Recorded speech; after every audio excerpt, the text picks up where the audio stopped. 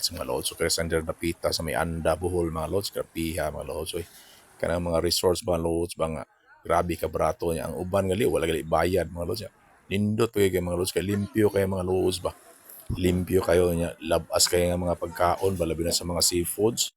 Alright, so pagkanindot ko do, tiyaw mo ka ng dagat mga lods, grabe ka tinaw mga lods ba, yang lapihan is limpyo, good kung naam gali mga sagbot-sagbot gagmay, pero dili ka ng basura mga lods ba, kanang kuan ra bitaw siya kanang mura bitaw isang algae sa dagat bitaw mga lods nga mga tangtang tungod sa bawod moray imong makuan ang dapita mga lods, so tiaw mo kana mga lods pag kanindot kay mga lods, presko kay hangin na imong mahanggap mga lods. Alright siya, kanang kuan sa imong mga mata mga lods ba, murag kanang makaparelax mga lods ba, labi na kanang mga pila na kakatawigan nga naa ka sa syudad niya wala kakangari sa probinsya, so pastel lang pagkanindot agin mga lods.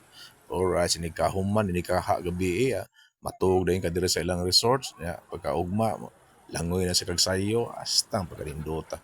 Bitaw mga lods dire sa Bohol mga lods, ay butang na tag dire sa andal na gid mga lods ba. Grabe gyud ang mga resorts dire is barato ra gyud kayo, ang uban way bayad mga lods. Mopalit ra kag pagkaon, mainom yun, wa na daog na kayo mga lods.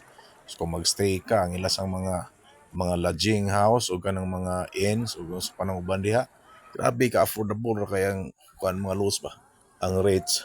O tiyaw mo ka na mga lods, sus. So kung magbakasyon ka nga gusto ka makabarato ra ka, labi nag dako-dako kag budget, malingaw gyud ka din napita mga lods. Sa anda lang ni mga lods, so pay labot sa uban mga lods. O limpyo ang dagat, wa pay bayad. Kung naay bayad, grabing bratuha ra.